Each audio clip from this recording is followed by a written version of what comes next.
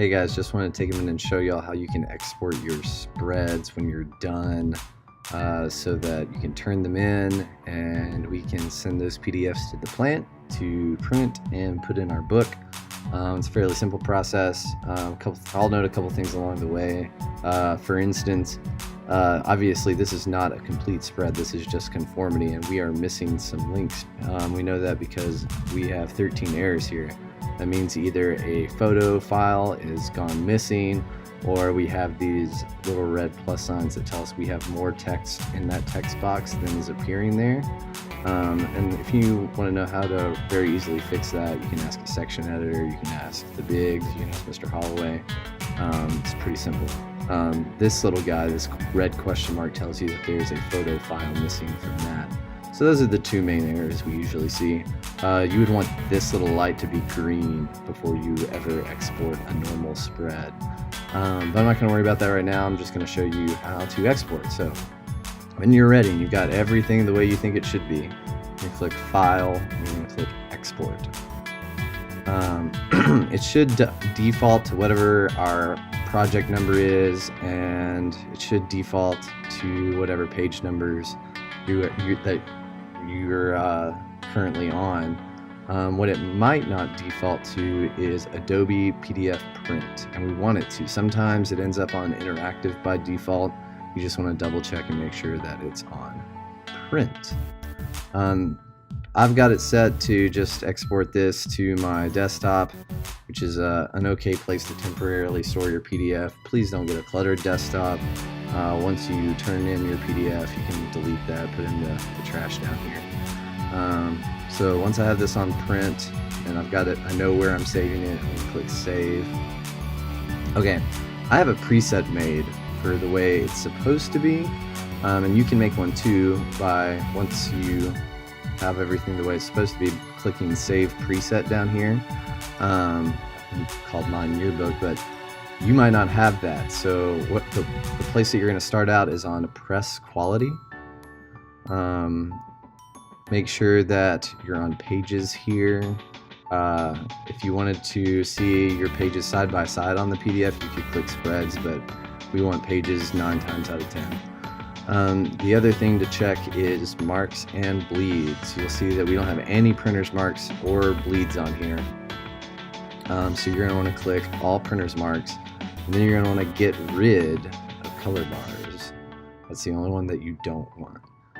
Then you're also going to want to make sure that you use document bleed settings, and you'll see that changes that from 0 to 1p6.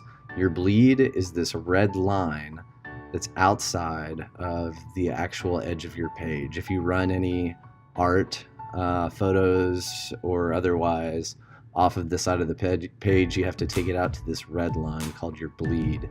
And you want to make sure that you're using your document bleed settings. If you don't have this red line on your spread, ask a section editor, ask a Big, ask Mr. Holloway, and we will get your bleeds onto your page. I don't think that's going to be a problem for most of you. I think we have the default set to have the bleeds on it this year. Once you have that, like I said, you could make yourself a preset. I already have one made, so I'm not going to click that, but you would click right down there. Then you just click Export.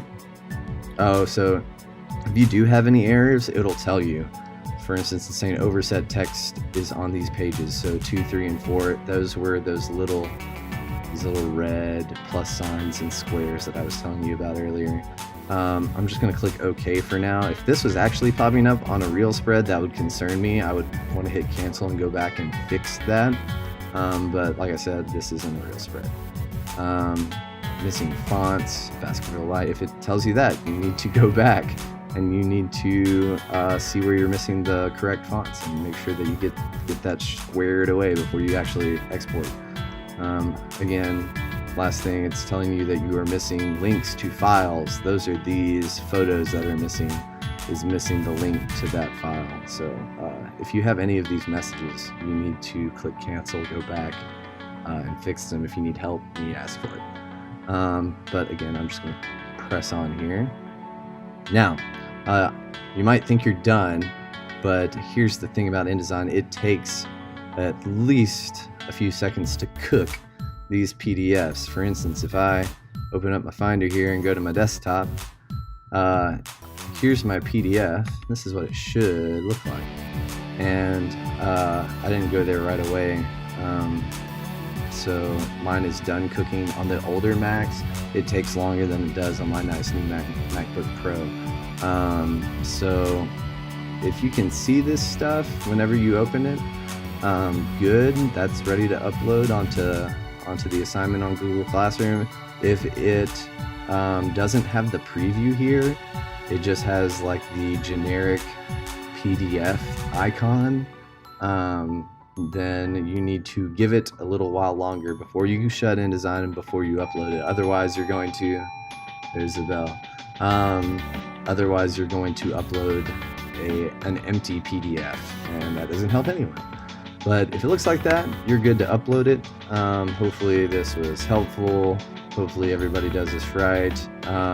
These little things right here, your printer's marks, that's what we were talking about with printer's marks.